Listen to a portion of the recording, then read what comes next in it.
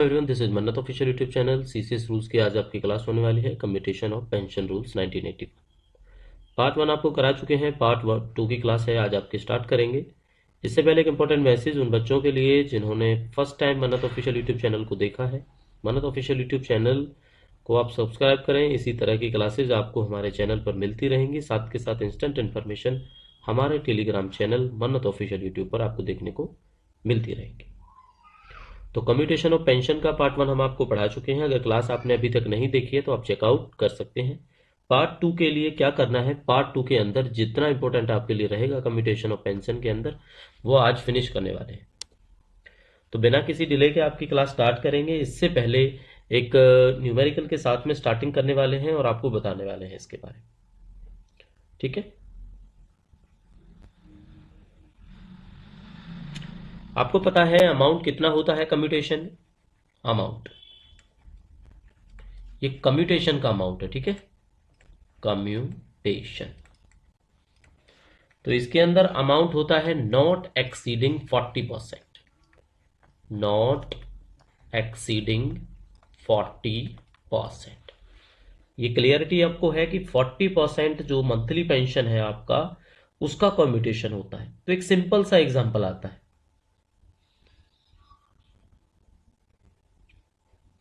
क्या एग्जांपल आता है, एक एग्जांपल से समझेंगे हम। अगर आपके इमोल्यूमेंट्स, मान के चलते हैं हम 30,000 है इमोल्यूमेंट्स, ठीक है, 30,000 रुपए, तो इस इमोल्यूमेंट्स का आप देखोगे पेंशन कितना बनेगा। पेंशन तो हाफ बनता है, तो कितना हो जाएगा, 15,000 रुपए हो जाएगा। ठीक है, और जो कम्यूटेशन है वो कितना होगा, maximum amount of pension admissible for commutation कितना होता है बच्चों, ये होता है 40%। तो बताइए आप 40% कितना होगा 15,000 का,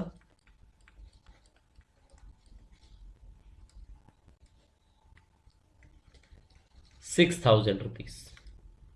ठीक है, ये देख लेना आप कितना बनेगा, 6,000 रुपये बनेगा। तो ये चीज है जो आपको समझनी है, यही हम आपको समझाना चाहते हैं। अगर आपकी पेंशन 15,000 है तो 40% से ज्यादा आप कम्यूट नहीं करा पाएंगे। कितना कम्यूट करा पाएंगे, केवल 6,000, दैट इज मैक्सिमम।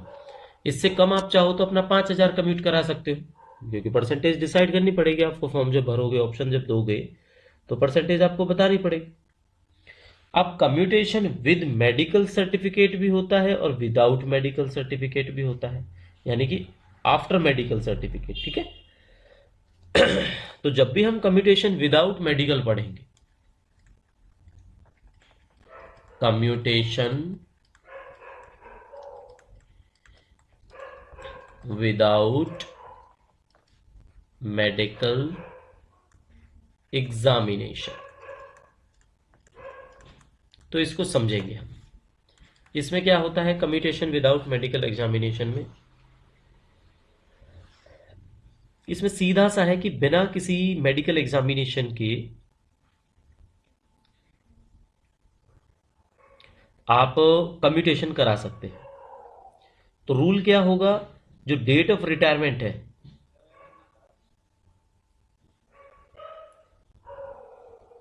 कम्यूटेशन के लिए क्या होता है आपको बताना होता है। उसकी भी लिमिट है कि मैक्सिमम आपकी जो रिटायरमेंट की एज है उससे 1 साल पहले पहले तक, before the expiry of 1 year, sorry before the expiry of 1 year, जैसा हमने लास्ट पार्ट में बताया था आपको। जैसे आपका सुपर एनुएशन हो जाता है, तो सुपर एनुएशन पेंशन के 1 साल तक की एक्सपायरी तक आप कम्यूटेशन करा सकते हो। ठीक है, या जैसे आपके डेट के जो रिटायरमेंट ऑर्डर आ जाते हैं उससे आप 1 साल तक करा सकते हो। ठीक है, या जो फाइनल ऑर्डर आपके पेंशन ग्रांट होने के निकलते हैं, अगर आपके ऊपर कोई जुडिशियल प्रोसीडिंग्स है या कुछ भी है, तो उससे आप करा सकते हैं। तो कुल मिला के क्या हुआ, इसका जो कंक्लूजन है वो निकलेगा without medical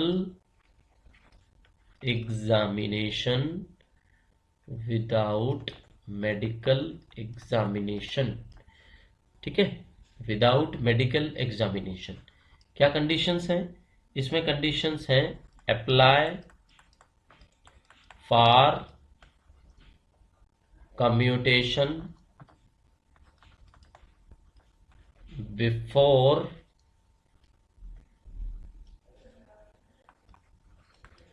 before the expiry of 1 years, ठीक है, before the expiry of 1 years.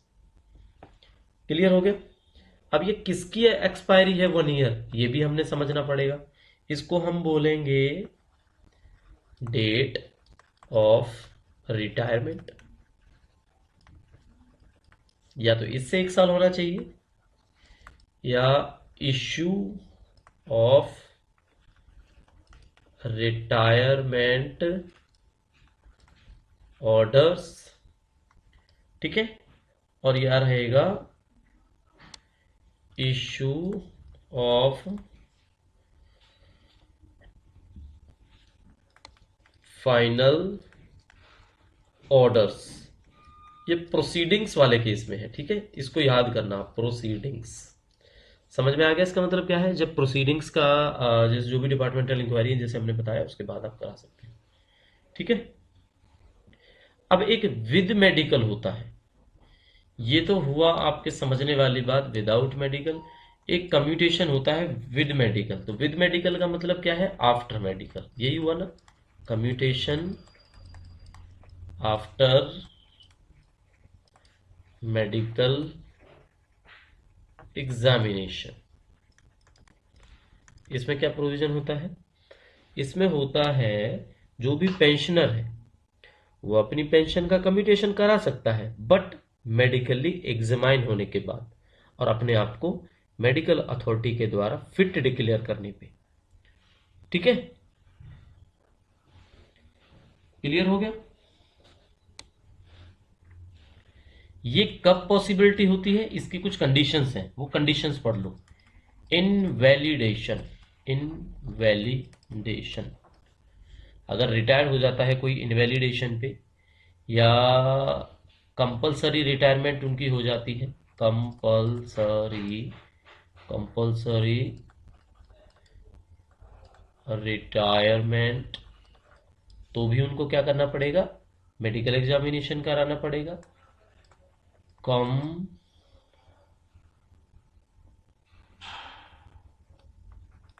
Compassionate allowance receipt, अगर उन्हें कंपैशनेट अलाउंस मिलता है तो उस केस में भी,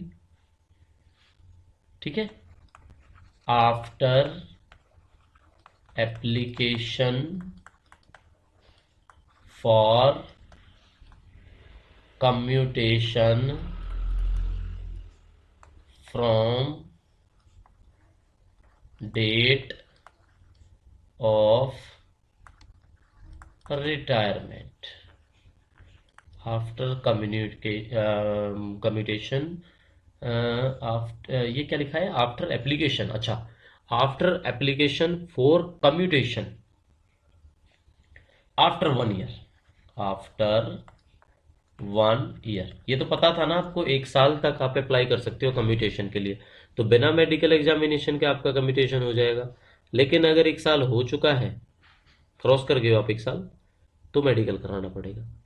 इनवैलिडेशन पे रिटायरमेंट हुए हैं तो मेडिकल कराना पड़ेगा। कंपलसरी रिटायरमेंट कब होता है बच्चा? कंपलसरी रिटायरमेंट तब होते हैं जब कोई पेनल्टी लगती है। आपको पता है ना, पेनल्टी पर ही होते हैं ना कंपलसरी रिटायरमेंट। कंपैशनेट अलाउंस मिलता है कोई, तो भी आप कम्यूटेशन के लिए अप्लाई कर सकते हैं, बट आफ्टर मेडिकल एग्जामिनेशन। और कम्यूटेशन का जब टाइम निकल जाता है 1 साल तक, तो भी आप मेडिकल एग्जामिनेशन कराना पड़ेगा आपको फिर। तो ये पॉइंट्स हैं, ये ही आपके सवाल पूछे जाएंगे, यही मॉक के अंदर आपके सवाल आएंगे। अब मेडिकल एग्जामिनेशन की बात है, मेडिकल एग्जामिनेशन, तो देखो मेडिकल एग्जामिनेशन कौन करता है? Medical examination by medical authority. ठीक है, कौन करेगा? मेडिकल अथॉरिटी करेगी। और मेडिकल अथॉरिटी में जो रैंक है वो किस रैंक का नहीं होना चाहिए? Not lower than civil surgeon. ठीक है, सिविल सर्जन या डी, चलो इसको पूरा ही लिख देते हैं, district medical officer, DMO. District medical officer और सिविल सर्जन की जो रैंक है उससे कम लेवल का नहीं होना चाहिए अगर मेडिकल एग्जामिनेशन आपने कराना है। ठीक है, तो कंडीशन ये हो जाएगी आपकी मेडिकल एग्जामिनेशन में, एक कंडीशन ये हो जाती है। सेकंड कंडीशन क्या हो जाती है? सेकंड कंडीशन हो जाती है मेडिकल बोर्ड की। मेडिकल बोर्ड, अब ये मेडिकल बोर्ड बनता कब है? मेडिकल बोर्ड जब बनता है जब आपको कम्यूटेशन करानी है, commutation of invalid pension, invalid pension. ठीक है,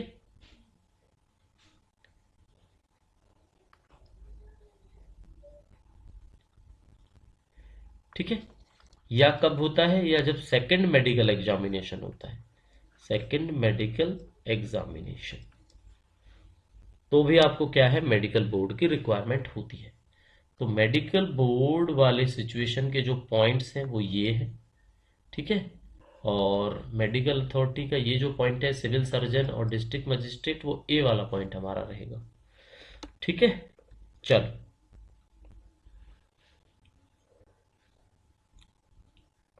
क्लियर हो गया।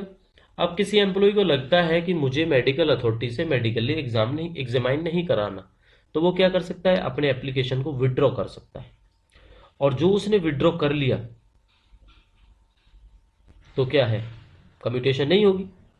तो मेडिकल एग्जामिनेशन से पहले आप विड्रॉल का एप्लीकेशन खींच सकते हो अपने एप्लीकेशन को कि मुझे कम्यूटेशन नहीं करानी। मेडिकल एग्जामिनेशन के बाद भी आप अपने एग्जामिनेशन को एप्लीकेशन को विड्रॉ कर सकते हो। किस केस में कर सकते हो? ठीक है, कि अगर पेंशनर ही डिक्लाइन कर दे ये चीज, अगर पेंशनर ही ये डिक्लाइन कर दे 14 दिन तक आफ्टर मेडिकल एग्जामिनेशन कि मुझे कम्यूटेशन नहीं कराना, तो भी आप एप्लीकेशन को विड्रॉ कर सकते हो। और एक केस में विड्रॉन अपने आप समझ लिया जाता है अगर आपका मेडिकल फेल हो जाता है तो। ये तो पता ही होगा आपको, अगर मेडिकल फेल हुआ तो अपने आप कैंसिल हो जाएगा। ठीक है, अब सेकंड मेडिकल एग्जामिनेशन के लिए आपको पता है बोर्ड की रिक्वायरमेंट थी। सेकंड मेडिकल एग्जामिनेशन के लिए किसकी रिक्वायरमेंट थी? बोर्ड की रिक्वायरमेंट थी। बताओ इस केस में क्या होगा? ये सेकंड मेडिकल एग्जामिनेशन है, फर्स्ट नहीं है ये। भाई अगर कोई पेंशनर है जो डिक्लाइन हो चुका कि मुझे कम्यूटेशन ऑफ पेंशन है, वो एडिशन ऑफ ईयर्स पे नहीं कराने अपने एज की, या वो रिफ्यूज कर देता है कि कम्यूटेशन है जो मेडिकल ग्राउंड पर कि भाई मुझे मेडिकल एग्जामिनेशन का जो है 1 साल से ज्यादा का अगर उनको टाइम हो जाता है तो सेकंड मेडिकल एग्जामिनेशन है। सेकंड मेडिकल एग्जामिनेशन है वो भी before the expiry of 1 year होना चाहिए। ठीक है, इसको क्या लिखेंगे? Before the expiry of 1 year, before the expiry of 1 year.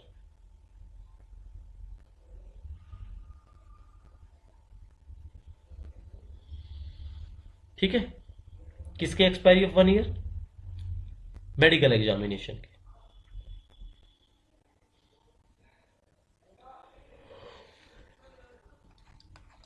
Clear हो गया बच्चों?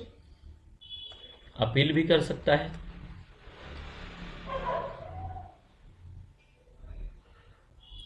और अपील होगी वो with in 1 month of receipt of certificate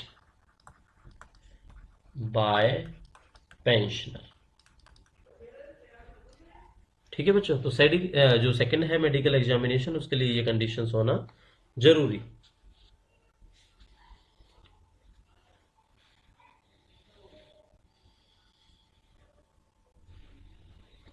चलो, कम्यूटेशन का जब हमने आपको पार्ट 1 में पढ़ाया था तो एक कम्यूटेशन की टेबल आपको बताई थी। ठीक है, कम्यूटेशन की क्या है, एक टेबल आपको बताई थी। और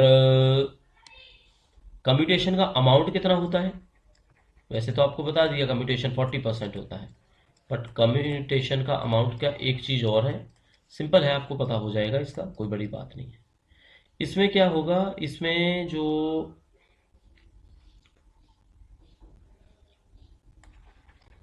कम्यूटेशन फैक्टर, कम्यूटेशन फैक्टर जो मिलेगा उसको 12 से गुना करेंगे और अमाउंट ऑफ पेंशन कम्यूटेशन कर देंगे। Amount of pension commutation. अब ये अमाउंट ऑफ पेंशन कम्यूटेशन से एक चीज याद आई जो हमने थोड़ी देर पहले आपको बताई थी कि भाई जैसे 15,000 की पेंशन है, 6,000 आपको मिलेगा, तो अमाउंट ऑफ पेंशन कम्यूटेशन कितना हुआ, 6,000 हुआ। 6,000 को 12 से गुना करेंगे, कितना हो गया, 72,000 हो गया। उसके बाद एक फैक्टर मिल जाएगा आपको, फैक्टर से मल्टीप्लाई कर दो, इतना अमाउंट है आपको जो लंप सम अमाउंट मिलेगा। ठीक है, ये जो अमाउंट है ये कितना है, लंप सम। तो लंप सम अमाउंट जो मिलेगा वो फॉर्मूला ये है। ठीक है, टेबल है, टेबल है, टेबल के अकॉर्डिंग है वो। और वैल्यू कैसे है उसमें, जैसे वैल्यू है 9.176, 8.512, 8.724, 8.572, वो एज के अकॉर्डिंगली है। ठीक है,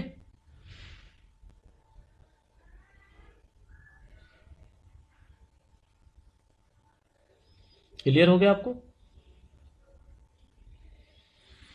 चलो, ये आपको बता दिया। अब पेमेंट, पेमेंट जो भी होगी कम्यूटेशन की वो कैसे होगी, made by head of office. ठीक है, हेड ऑफ ऑफिस जो उनको लास्ट पे डिस्बर्स करता है, जो उनको लास्ट पे डिस्बर्स करता है। अगर जो ऑफिशियल रिटायर होता है और आफ्टर रिटायरमेंट वो कम्यूटेशन के लिए अप्लाई करता है, अपने रिटायरमेंट से पहले या रिटायरमेंट के डे पे भी अप्लाई करता है, तो पेमेंट का डिस्बर्शन होता है, किसके द्वारा होता है, made by head of office. ठीक है, और अदर केसेस में कौन करता है, अकाउंट्स ऑफिसर करता है, ये बात आपको पता ही है। ठीक है, चलो, क्या इसमें नॉमिनेशन का कोई प्रोविजन होता है, कम्यूटेशन में भी नॉमिनेशन, अगर आपसे सवाल आता है, पूछा जाता है कि क्या इसमें नॉमिनेशन का भी कुछ होता है,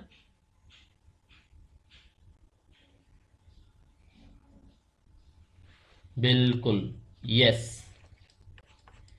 ऐसा क्यों, मान लो जो कम्यूटेशन का अमाउंट आपको मिलना है उसकी अमाउंट से पहले अगर एम्प्लॉय की जो रिटायरी पर्सन है उनकी डेथ हो जाती है, तो ऑब्वियस सी बात है जो नॉमिनेशन में मेंशन है उसको जो है कन्फर हो जाएगा ये सब कुछ lump sum amount.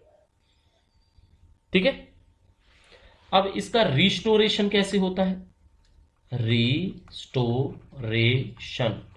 Restoration of commuted pension, commuted portion. क्योंकि आपको पता है आपकी पेंशन में से उतने कम रुपए है जो आपको मंथली पेंशन में मिलेंगे, क्योंकि वो तो आपने कम्यूट करा लिया ना, इकट्ठा लमसम उनका ले लिया आपने। तो कम्यूटेशन जो पोर्शन है पेंशन का वो रिस्टोर हो जाता है on the expiry of 15 year from the date. ठीक है, तो ये हम लिखेंगे 15 साल बाद, 15 साल बाद रिस्टोरेशन हो जाता है।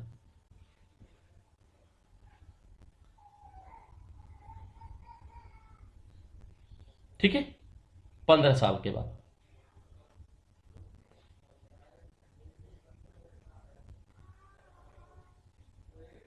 चलो,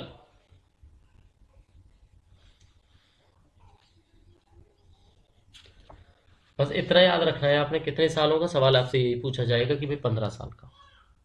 ठीक है, और अगर मान लो बैंक से पेंशन आती है तो ऑटोमेटिकली क्या है, 15 साल के बाद बैंक जो है वो अपने आप उसको रिस्टोर कर देता है। पेंशनर को कोई एप्लीकेशन देने की ज़रूरत नहीं पड़ती है कि भाई मैंने कम्यूटेशन कराया था, ऐसा कुछ है तो आपको बताने की ज़रूरत नहीं है। अगर आपकी पेंशन, कम्यूटेशन की जो पेंशन मतलब पेंशन है वो बैंक डिसबर्स करता है तो। ठीक है, अगर कम्यूटेशन की जो डेट है वो आपके मान लो जो पेंशन का नंबर है उसमें पीपीओ जो अकाउंट है उसमें अगर मेंशन नहीं है तो बैंक को इन्फॉर्मेशन अकाउंट ऑफिसर से लेनी पड़ेगी। ठीक है, ये तो आपको पता होना चाहिए। और अगर पेंशनर मर जाता है रिस्टोरेशन ऑफ कम्यूटेशन पेंशन से पहले, डेथ हो जाती है अगर पेंशनर की रिस्टोरेशन ऑफ कम्यूटेड पेंशन से, तो मंथली जो कम्यूटेड अमाउंट ऑफ पेंशन का है वो अब डिडक्ट नहीं किया जाएगा फैमिली पेंशन से, और फैमिली पेंशन है वो फुल पे की जाएगी without any deduction on account of commutation. Clear सी बात है। ठीक है, अगर पेंशनर डाई कर जाता है before the restoration of commutation pension, तो जो मंथली कम्यूटेड अमाउंट है ना अब वो कटेगा नहीं, ये भी रूल है। तो कम्यूटेशन में दो बातें याद रखनी है। अगर पेंशनर लाइव रहता है, जीवित रहता है, तो 15 साल तक उन्होंने वेट करना है। 15 साल के बाद वो जो कम्यूटेड अमाउंट है वो उनकी पेंशन में जुड़ जाएगा। अगर उनकी कम्यूटेशन करा ली और कम्यूटेशन कराने के बाद चाहे सेकंड डे ही उनकी डेथ हो जाती है तो उनको 15 साल पे नहीं करना, ना उनकी फैमिली को कमिटेड जो पोर्शन है वो कट करके मिलेगा, वो पोर्शन जुड़ के मिलेगा। सबसे इंपॉर्टेंट बात इसके अंदर यही है। ठीक है, सबसे इंपॉर्टेंट बात है ये रूल नंबर 10A है, आप याद रखोगे इस चीज को। इफ हम यहां पे लिख देते हैं, if pensioner die before restoration of commuted portion, तो फैमिली को मिलेगी फुल पेंशन, फुल पेंशन। ठीक है, कोई कम्यूटेशन नहीं कटेगा, ये रूल है, ये आपको याद रखना है। और ये जो रूल है, ये बातें जो हमने आपको बताई अभी, ये रूल नंबर 10A के अंदर पढ़ाया जाता है कम्यूटेशन ऑफ पेंशन के अंदर। ठीक है, रूल 10A के अंदर, ये मजेदार बात है इसके अंदर।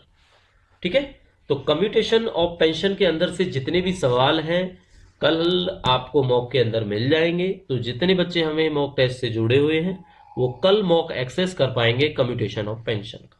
ठीक है, बाकी जितना सिलेबस आपको हम ऑलरेडी करा चुके हैं उसको आपने बस रिवाइज करना है।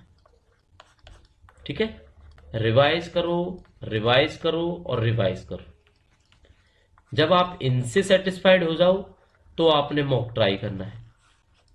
ठीक है, चलो, तो क्लासें कंटिन्यू होती रहेंगी। कोई सवाल आता है, वीडियो के बारे में आपने कुछ बताना है, क्लास के बारे में आपने कुछ बताना है, क्लैरिफिकेशन देनी है या अपना ओवरव्यू रिव्यू डालना है, तो आप जरूर पुट करें कमेंट सेक्शन में।